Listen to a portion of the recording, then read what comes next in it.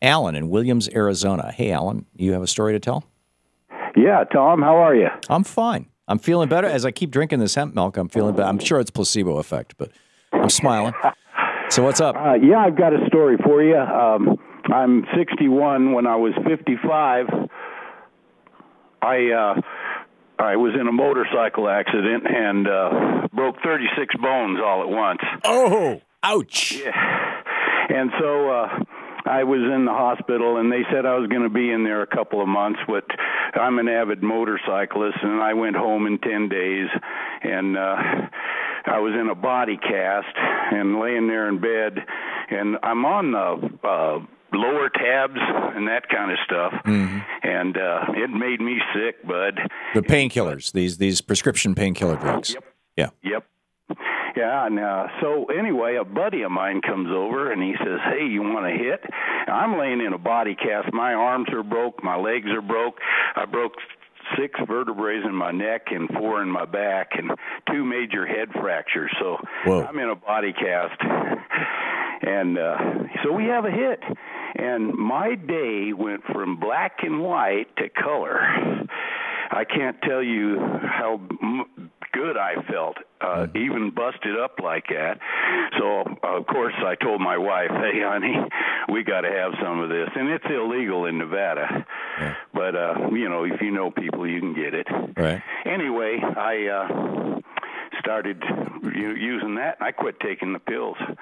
And the doctor got all mad because I'm not taking the painkillers, but I didn't tell him I was smoking pot. I just went along, okay, and I had friends come over begging for those painkillers. I was shocked.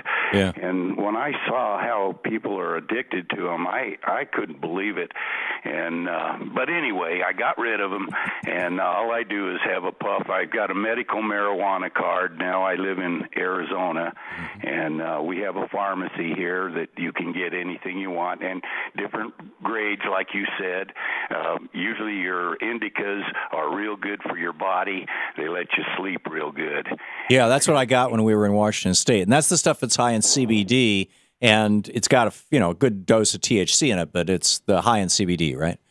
That's correct, and it makes you sleep real good. Yeah, I can testify to that, and I've. I almost flunked kindergarten because I couldn't take naps. I mean, I've been a light sleeper my whole entire life, and this stuff was amazing in my experience. And especially me, I'm 61 now, and I get aches and pains after running around all day. And I'll tell you what, bud, it helps me sleep. And yeah. I got another story. A friend of mine, he doesn't smoke. He's in depression. He's the same age. Every time I talked to him, he was just down in the dumps. And I live up here in the mountains, so I said, come on up. You and your wife come up and stay up here if you feel like it.